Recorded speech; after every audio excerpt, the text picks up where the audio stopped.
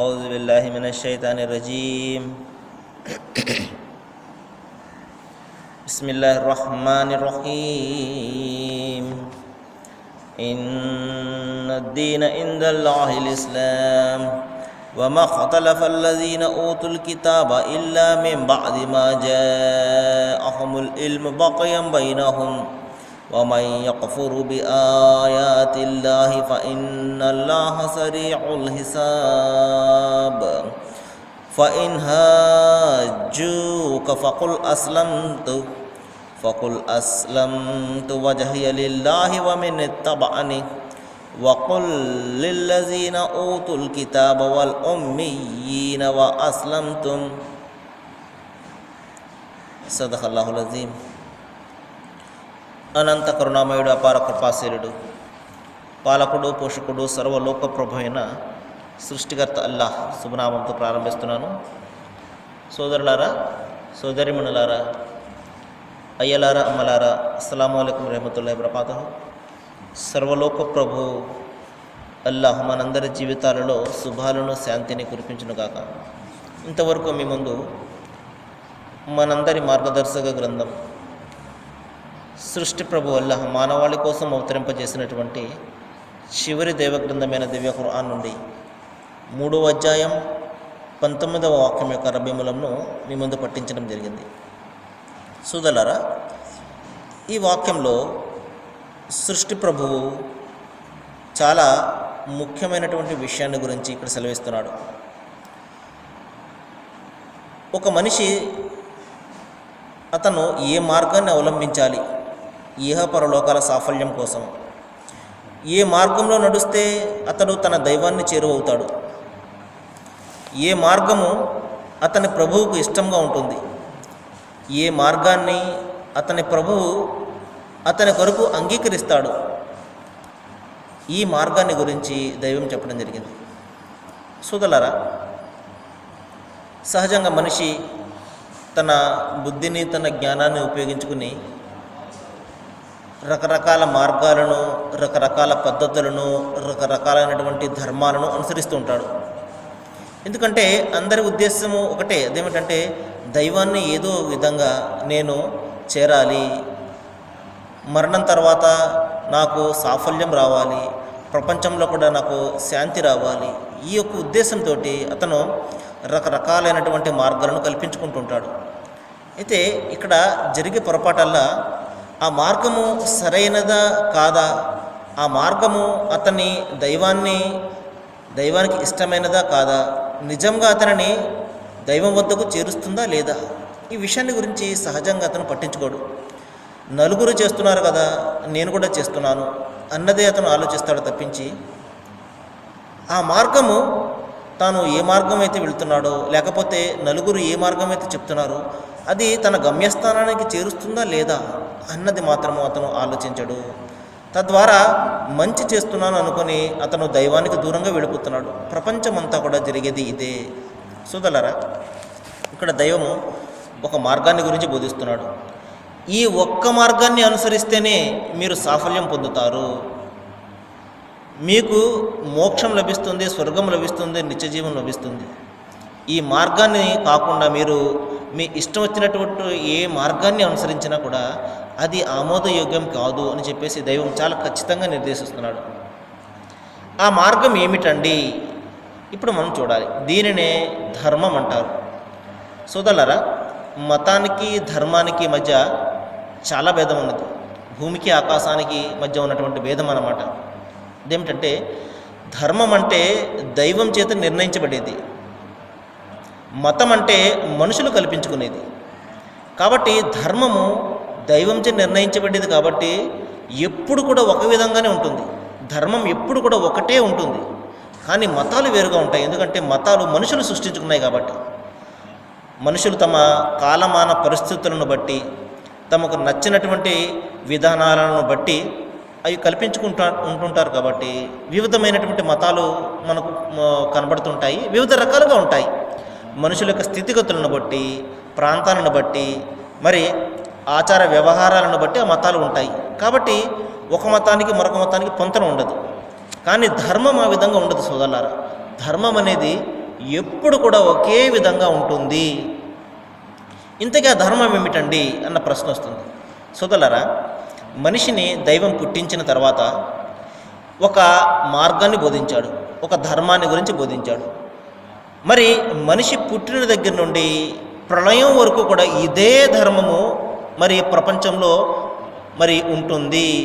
ఈ ధర్మాన్ని దైవం అంగీకరిస్తాడు. అదేమిటంటే ఆయన ఒక్కనికి మాత్రమే విధేయత చూపించడము. ఇదే సోదరులారా ధర్మం అంటే.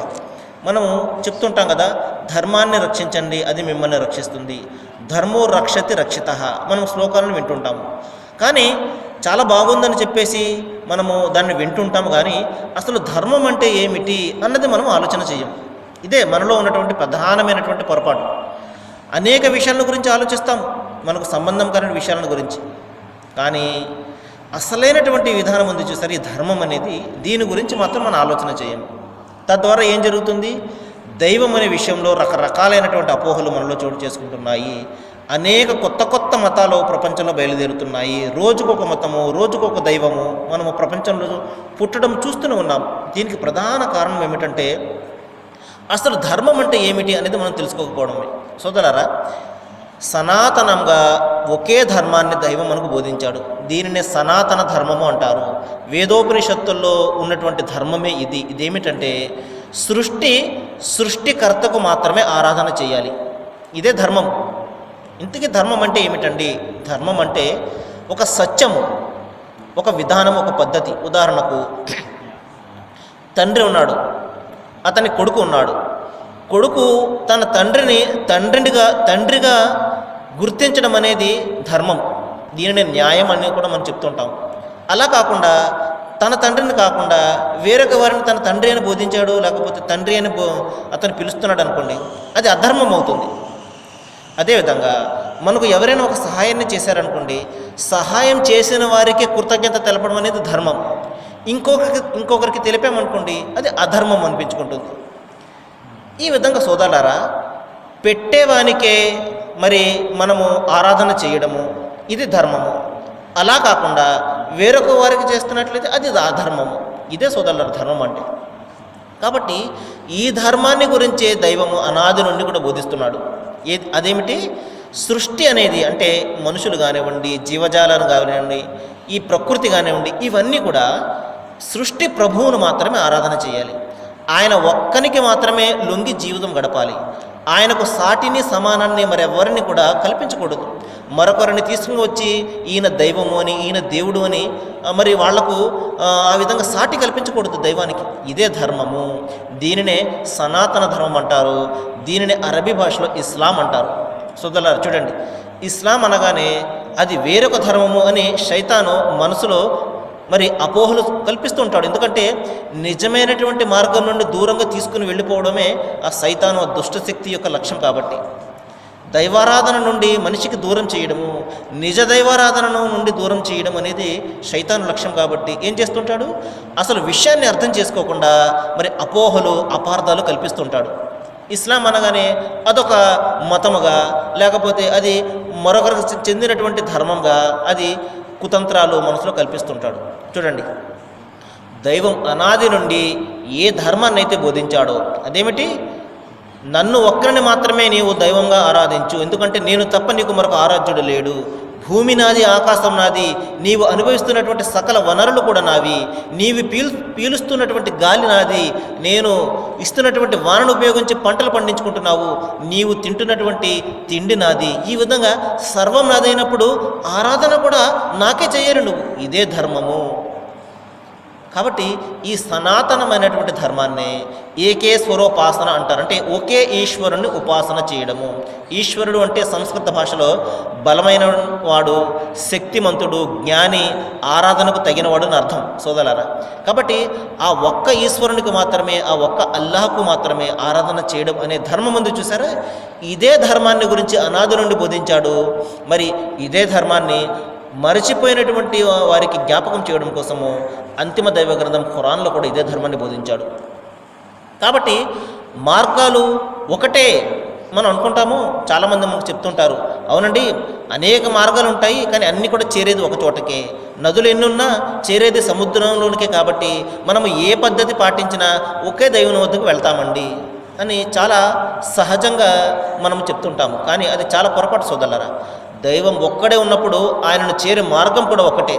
అదేమిటంటే ఆయన ఒక్కనికి మాత్రమే విధేయత చూపించాలి. ఆరాధనలు, ప్రార్థనలు, మొక్కుబడులు, పూజలు, పునస్కారాలు అన్నీ కూడా ఆ ఒక్క దైవానికి చేయాలి. ఇది ఒక్కటే దైవం చేత అంగీకరింపబడే మార్గము. ఇది తప్ప మరొకటి మానవాళి మోక్షానికి మార్గం కాదు సోదరులారా. చూడండి, చిన్న ఉదాహరణ చెప్తాను.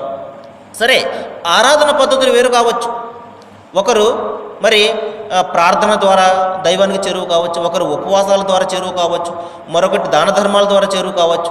ఈ విధంగా అనుసరించే ఆరాధన పద్ధతులు వేరుగా ఉండొచ్చు, కానీ చేసేది మాత్రం ఆ సృష్టికర్త అయినటువంటి అల్లాహకు, దైవానికి మాత్రమే అది ఉండాలి. ఉదాహరణకు చూడండి, ఒక యజమాని ఉన్నాడు, అతని వద్ద 10 మంది దాసులు ఉన్నారు, 10 మంది పనివాళ్ళు ఉన్నారు. 10 మందికి రకరకాలైనటువంటి పనులు అతను చెప్పాడు. ఒకరికి మరి మార్కెట్కి వెళ్ళి సరుకులు తెమ్మని, ఇంకొకరికి ఇంటి పనులు చూడమని, ఇంకొకరికి నీళ్లు తోడమని, ఇంకొకరికి ఇంకొకటి, ఈ విధంగా 10 మందికి 10 రకాల పనులు చెప్పాడు. ఆ 10 మందికి కూడా యజమాని ఇచ్చినటువంటి ఆజ్ఞ మేరకు పనిచేస్తూ ఉన్నట్లయితే వారందరూ కూడా మరి ఇతనికి విధేయత చూపుతున్నట్టే. కాబట్టి చేసే పని వేరుగా కావచ్చు, కానీ ఆజ్ఞ మాత్రము తమ యజమానిదే. కాబట్టి ఇదే విధంగా మనము ప్రార్థనలు చేయడము, మొక్కుబడులు చేయడము ఆ ఒక్క దైవానికి చేయాలి. ప్రార్థన విధానం వేరు కావచ్చు సోదరులారా. కాబట్టి క్రీస్తు యేసు కాలంలో ఒక విధమైనటువంటి ప్రార్థన ఉండేది, ప్రవక్త మోషే కాలంలో ఒక విధమైనటువంటి ప్రార్థన ఉండేది, మరి ప్రవక్త ముహమ్మద్ సల్లల్లాహు అలైహి వసల్లం వారి కాలంలో మరి 5 పూటల ప్రార్థన ఉంది. ఈ విధంగా ప్రార్థన విధానం వేరుగా ఉన్నప్పటికీ కూడా ప్రార్థించేది మాత్రం ఆ దైవానికే. ఇక్కడ ప్రశ్న వస్తుందండి, అవునండి మేమందరం కూడా చేసేది అదే కదా, మేమందరం కూడా ఒక్క దైవానికి కదా ప్రార్థన చేస్తున్నాము అని సమాధానం వస్తుంది. ఒక్కసారి మనం ఆలోచన చేయాలి. ఇక్కడ ఆగి మనము ఏ దైవానికి ప్రార్థన చేస్తున్నాము, ఆ దైవానికి ఉండే లక్షణాలు ఏమిటి? ఆ దైవము సృష్టికర్త అయి ఉంటాడు. కాబట్టి మనం ఆరాధించే ఆయన సృష్టికర్త అయి ఉన్నాడా, సృష్టి అయి ఉన్నాడా? ఒకసారి మనం చూడాలి. అలాగే ఆ దైవానికి చావు పుట్టుకలు ఉండవు. కాబట్టి మనము ఆరాధించే దైవానికి చావు పుట్టుకలు ఉన్నాయా లేవా, ఇది ఆలోచన చేయాలి. ఇంకా ఆ దైవానికి ఒక ఆకారం అంటూ లేకపోతే ఒక రూపము మనకు తెలియదు. కాబట్టి మనం ఆరాధించే దైవానికి రూపం ఉన్నదా, ఆకారం ఉన్నదో లేదో మనం చూడాలి. ఇంకా ఆ దైవానికి మరి సాటి ఎవరు, సమానము కానీ ఎవ్వరు కూడా లేరు. ఆయన లాంటి వాడు కానీ, ఆయనతో సాటి అయిన వాడు, సమానమైన వాడు కానీ ఎవరు కూడా ఈ సృష్టిలోనే లేడు. కాబట్టి మనం ఎవరినైతే ఆరాధిస్తున్నామో ఆయన దైవానికి సాటి చేస్తున్నట్లే కదా మనము, ఎందుకంటే ఆయన స్వరూపమే మనకు తెలియనప్పుడు. ఈ విధంగా ఈ గుణగణాలు, ఈ లక్షణాలు గల దైవాన్ని ఆరాధన చేయడమే అది ధర్మం అనిపించుకుంటుంది. కాబట్టి మనము మన ఇష్టం వచ్చినట్లు చేసేసి, కాబట్టి నేను కూడా దైవాన్ని ఆరాధిస్తున్నానండి, ఇదే నిజమైనటువంటి ధర్మం అండి అని మనం భావించవచ్చు. కానీ సోదరులారా, అనాది నుండి కూడా దైవం బోధించినటువంటి ధర్మం ఒక్కటే. అదే సృష్టికర్తకు విధేయత చూపించాలి, ఆయన ఆజ్ఞ మేర జీవితం గడపాలి. కాబట్టి ఈ ధర్మాన్నే ఏకేశ్వరోపాసన అని వేదకాలంలో చెప్పేవారు. దీనిని సనాతన ధర్మం అని కూడా చెప్తారు. ఇదే ధర్మాన్ని అరబీ భాషలో ఇస్లాం అని పిలుస్తారు. మరి ఈ ధర్మాన్ని పాటించే వ్యక్తినే ముస్లిం అని పిలుస్తారు. కాబట్టి ఇస్లాము, ముస్లిము అంటే అది వేరు కాదు సోదరులారా. అనాది నుండి కూడా దైవము ఏ ధర్మాన్ని అయితే బోధించాడో అదే ధర్మాన్ని మరొకసారి జ్ఞాపకం చేయడం కోసము మరి దైవము అంతిమ గ్రంథం ఖురాన్లో తెలియజేసినటువంటి ధర్మమే ఇస్లాం. అయితే సోదరులారా, ఈ ధర్మాన్ని అనుసరించడం తప్ప మనిషికి మరొక మార్గం లేదు. ఇదే ధర్మాన్ని గురించి మనకు ప్రతి గ్రంథంలో కూడా బోధింపబడడం జరిగింది. వేదాన్ని మనము చూసుకున్నట్లయితే ఋగ్వేదం చెప్తుంది, ఏక ఇట్టముష్తుహి అంటుంది. అంటే సాటి సమానము లేని ఆ ఒక్క దైవానికి మాత్రమే మీరు ఆరాధన చేయండి. దీనినే ఇస్లాం అంటారు. ఇక భగవద్గీత గ్రంథానికి మనం వచ్చినట్లయితే శ్రీకృష్ణుడు బోధిస్తుంటాడు, సర్వధర్మాన్ పరిత్యజ్య మామ ఏకం శరణం వ్రజ. 18వ అధ్యాయం 62వ శ్లోకాన్ని మనము పరిశీలిస్తే, సర్వధర్మాలను విడిచిపెట్టేయి, నన్ను ఒక్కడిని మాత్రమే ఆరాధన చెయ్యి అని దైవం సెలవిస్తున్నాడు అని చెప్పేసి అక్కడ బోధన జరుగుతుంది. ఇదే విధంగా మనం బైబిల్ గ్రంథాన్ని పరిశీలించినట్లయితే క్రీస్తు యేసు బోధిస్తున్నారు, నీవు నీ సృష్టికర్త అయినటువంటి తండ్రికి మాత్రమే మొక్కి ఆయనకు మాత్రమే సాగిలపడవలెను. దైవాన్ని ఒక్కను మాత్రమే నువ్వు ఆరాధన చేయాలి, ఆయనకు మాత్రమే సాగిలపడాలి అని బోధించడం జరిగింది. ఆ ధర్మాన్ని అరబీ భాషలో ఇస్లాం అంటారు. ప్రవక్త ముహమ్మద్ సల్లల్లాహు అలైహి వసల్లం వారు మరి బోధించిన ధర్మం కూడా ఇదే. ఖూలు లా ఇలాహ ఇల్లల్లాహ్ తుఫ్లిహూన్. ఓ ప్రజలారా, దైవం ఒక్కడే అని సాక్ష్యం ఇవ్వండి, ఆయన ఒక్కనికి మాత్రమే ఆరాధన చేయండి, మీకు అది మాత్రమే సాఫల్యాన్ని తీసుకుని వెళ్ళేది, స్వర్గానికి తీసుకుని వెళ్ళేది. కాబట్టి సోదరులారా, చూసారా, ధర్మాలు ఒక్కటి మాత్రమే మరి ఉన్నది అని మన గ్రంథాలన్నీ కూడా బోధిస్తున్నాయి. మనకు ఈ సంగతి తెలియడం లేదు. కారణం ఏమిటంటే మనము గ్రంథాల పరిశీలన చేయడం లేదు. అవి వేరు, ఇవి వేరు, వాళ్ళ దేవుడు వేరు, మా దేవుడు వేరు, వాళ్ళ గ్రంథం వేరు, మా గ్రంథం వేరు అని శైతాన్ ఈ విధంగా విభేదాలు కల్పించడం వలన మనిషి ఈ రోజున విభేదాల్లో పడిపోతున్నాడు. కానీ అందరినీ పుట్టించినటువంటి దైవం ఒక్కడే, మనం అందరం కూడా ఆయన చేత పుట్టించబడ్డ వాళ్ళము, అందరం కూడా ఆయన వైపునకు వెళ్ళవలసిన వాళ్ళము అన్న ఆలోచన మనిషి చేసినట్లయితే సోదరులారా, అతనికి సత్యం బోధపడుతుంది.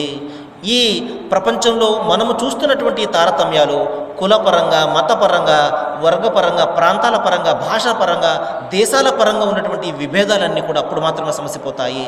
కాబట్టి ఇక్కడ దైవం చెప్తున్నాడు, అల్లాహ్ దృష్టిలో నిజమైనటువంటి ధర్మం ఏమిటంటే ఆయన ఒక్కనికి మాత్రమే ఆరాధన చేయడం. కాబట్టి ఈ ధర్మం తప్ప మరొక ధర్మం ఆయనకు అంత మాత్రం కూడా అంగీకరింపబడదు ఆయన వద్ద. కాబట్టి ఈ ధర్మాన్ని మీరు అనుసరించండి. మీకు స్వర్గం కావాలి అంటే, మీకు సాఫల్యం కావాలి అంటే, మీకు నిత్యజీవం కావాలి అంటే ఆయన ఒక్కనికి మాత్రమే మీరు ఆరాధన చేయండి. మరి పూర్ణ మనస్సు, పూర్ణ జ్ఞానం, పూర్ణ వివేకము, పూర్ణ బలముతోటి ఆయనను ప్రేమించండి, ఆయనను ఆరాధించండి. ఇదే నిజమైనటువంటి మార్గము. కాబట్టి ప్రవక్తలందరూ బోధించినటువంటి మార్గము ఇదే. కాబట్టి సోదరులారా, మరి మీ అందరికీ కూడా నేను ఇదే విధమైనటువంటి ధర్మాన్ని గురించి మీకు చెప్తున్నాను. ఆ ధర్మ వైపునకే మీ అందరినీ కూడా నేను మరి ప్రేమపూర్వకంగా ఆహ్వానిస్తున్నాను. మన సృష్టి ప్రభువు మన కోసం నిర్ణయించినటువంటి ధర్మం వైపునకు రండి. మరి ఈ ధర్మాన్ని అనుసరించండి. అది కొత్త ధర్మం కాదు, మన గ్రంథాల్లో ఇమిడి ఉన్నటువంటి ధర్మమే. మన వేదాలు, ఉపనిషత్తులు, భగవద్గీత గ్రంథము, బైబిల్ గ్రంథాలు బోధిస్తున్నటువంటి ధర్మాన్నే మరి అంతిమంగా వచ్చినటువంటి ఖురాన్ గ్రంథము బోధిస్తుంది. మరింత స్పష్టంగా బోధిస్తుంది, మరింత ఖచ్చితంగా బోధిస్తుంది, మరింత మరి సత్యంతో అందరినీ కూడా ఆహ్వానిస్తుంది. ఈ గ్రంథం వైపునకు రండి. ఎందుకంటే దైవము మానవాళి కోసం ఇచ్చినటువంటి గ్రంథం ఇది. ఇందులో ఆరాధన ఏ విధంగా చేయాలో, దానితో పాటు మన జీవితాన్ని ఏ విధంగా గడపాలో దైవం మనకు నిర్దేశించడం జరిగింది. ఎందుకంటే మనిషి ఆరాధన అంటే అది కేవలము 4 గోడల మధ్య చేసే ఆరాధన కాదు. అతని జీవితం అంతా కూడా దేవుని ఆరాధన ఉండాలి. అతను ఒక మాట మాట్లాడుతున్నాడు అంటే ఆ మాటలో అతని ఆరాధన కనబడాలి, అంటే దైవభీతి కనబడాలి. అబద్ధం అనేది అతని నోటినమ్మట రాకూడదు. సత్యాన్ని అతను పలుకుతూ ఉండాలి. ఇదే దైవుని యొక్క ఆరాధన. అతను వ్యాపారాన్ని చేస్తున్నాడంటే నీతితోటి, నిజాయితీతోటి చేయాలి. ఇదే దేవుని ఆరాధన. అతను మరి ఉద్యోగం చేస్తున్నాడంటే నీతిగా, నిజాయితీగా ప్రజలందరికీ ఉపయోగపడేలా చేయాలి. అదే దేవుని ఆరాధన. మరి అతను మరి సమాజంలో బీదలను, సాధనను ఆదుకుంటూ తన పొరుగు వారికి సహాయం చేసుకుంటూ అతను జీవితం గడుపుతున్నాడంటే అదే నిజమైనటువంటి దేవుని ఆరాధన. కాబట్టి జీవితంలో అన్ని రంగాలలో కూడా అతని దేవుని ఆరాధన కనబడాలి సోదరులారా. లేదంటే 4 గోడల మధ్య నేను చాలా భక్తిగా ఉంటాను, బయటకు వచ్చిన తర్వాత నా ఇష్టం వచ్చిన జీవితం గడుపుతాను, అది కాదు సోదరులారా. అటువంటి ఆరాధన ఏమాత్రం కూడా దైవానికి అవసరం లేదు. మన ఆరాధన కోసం ఆయన మొహం చాచి లేడు సోదరులారా. ఒకసారి మనం ఆలోచన చేయాలి. సృష్టిలో అనేకమైనటువంటి జీవరాశులు ఉన్నాయి. పక్షులను చూడండి, దేవుని ఆరాధన చేస్తున్నాయి. జీవజాలాలను చూడండి, చెట్లను చూడండి. ఈ విధంగా ప్రకృతి అంతా కూడా దేవుని ఆరాధన చేస్తుంది. ఆయన వద్ద కోటాను కోట్లను దైవదూతలు ఉన్నారు. వారందరూ దేవుని ఆరాధన చేస్తున్నారు. మన ఆరాధనకు ఆయనకి ఎంత మాత్రం కూడా పని లేదు. మనము ఆయనను గుర్తించి మనము ఆరాధన చేశాము అంటే అది మనకు మాత్రమే మంచిది. కాబట్టి సోదరులారా, మరి ఇదే విషయాన్ని ఈ వాక్యంలో దైవం బోధిస్తున్నాడు. అల్లాహ్ దృష్టిలో నిజమైన ధర్మము ఆయన ఒక్కనికి మాత్రమే ఆరాధన చేయడం అనేది. కాబట్టి గ్రంథం ఇవ్వబడిన వారు ఈ ధర్మాన్ని కాదని వివిధమైనటువంటి విధానాలను అవలంబిస్తున్నారు. కాబట్టి గ్రంథాలను పరిశీలిస్తే ఒకే ధర్మం కనబడుతుంది. కానీ ఏం చేస్తున్నాం మనకు నచ్చినటువంటి మార్గము. కాబట్టి అక్కడగా వెళ్తే బాగుంటుందని చెప్పేసి అక్కడ ఒక మార్గము, కొద్దిసేపు అది ఫాలో అయ్యేది అనుసరించి దానివల్ల సరైనటువంటి మరి ఫలితాలు రాకపోతే అది మానివేసి ఇంకొక దగ్గరికి వెళ్ళడము, అక్కడ ఒక మార్గము. ఈ విధంగా మన జీవితం అంతా కూడా మరి రకరకాలైనటువంటి పద్ధతులు కల్పించుకుని ఆరాధన చేస్తున్నాము. కాదు సోదరులారా, దేవుని ఆరాధించే దేవుణ్ణి చేరే ధర్మం ఒకటి, అదేమిటంటే ఆయన ఒక్కనికి మాత్రం విధేయత చూపించాలి. ఆయన పంపినటువంటి గ్రంథం ఒకటి ఉన్నది మన కళ్ళ ముందు, అదే ఖురాన్ రూపంలో. ఆయన పంపినటువంటి ప్రవక్త వారు ఉన్నారు, ప్రవక్త ముహమ్మద్ సల్లల్లాహు అలైహి వసల్లం వారు. కాబట్టి మనము వారు ఇచ్చినటువంటి మార్గదర్శకత్వంలో మన జీవితం గడిపినట్లయితే నిస్సందేహంగా మనము మన యొక్క దైవాన్ని చేరుతాము, దైవానికి ఇష్టమైనటువంటి మార్గాన్ని అవలంబించే వాళ్ళగా అప్పుడు మాత్రమే మనం మారుతాము. మరి ఏ విషయాలైతే మనం ఇక్కడ విన్నామో చక్కటి విషయాలు, మనిషి సాఫల్యానికి మరి ఒకే ఒక మార్గాన్ని దైవం బోధించాడు. అది ప్రతి గ్రంథంలో కూడా ఇదే ధర్మం ఉన్నది. చివరిగా వచ్చినటువంటి ఖురాన్ కూడా ఇదే ధర్మాన్ని బోధిస్తుంది. అదే ఏకేశ్వర ఉపాసన, ఒకే దైవాన్ని ఆరాధించడము, ఆయనకు మాత్రమే లొంగి జీవితం గడపడము. దీనిని అరబీ భాషలో ఇస్లాం అంటారు. కాబట్టి మీ అందరినీ కూడా ఈ ధర్మం వైపునకి ఆహ్వానిస్తున్నాను. రండి, ఆలోచన చేయండి, ఈ ధర్మాన్ని అనుసరించండి. మరి ఇహ పరలోకాల్లో సాఫల్యాన్ని మరి అప్పుడు మాత్రమే పొందుతారు. దైవం అల్లాహ్ మీకు నాకు మనందరికీ కూడా ఈ ధర్మాన్ని అనుసరించే భాగ్యాన్ని ప్రసాదించాలని నేను వేడుకుంటూ ముగిస్తున్నాను. వాఖిరు దవానా అనిల్ హమ్దులిల్లాహి రబ్బిల్ ఆలమీన్. అస్సలాము అలైకుం.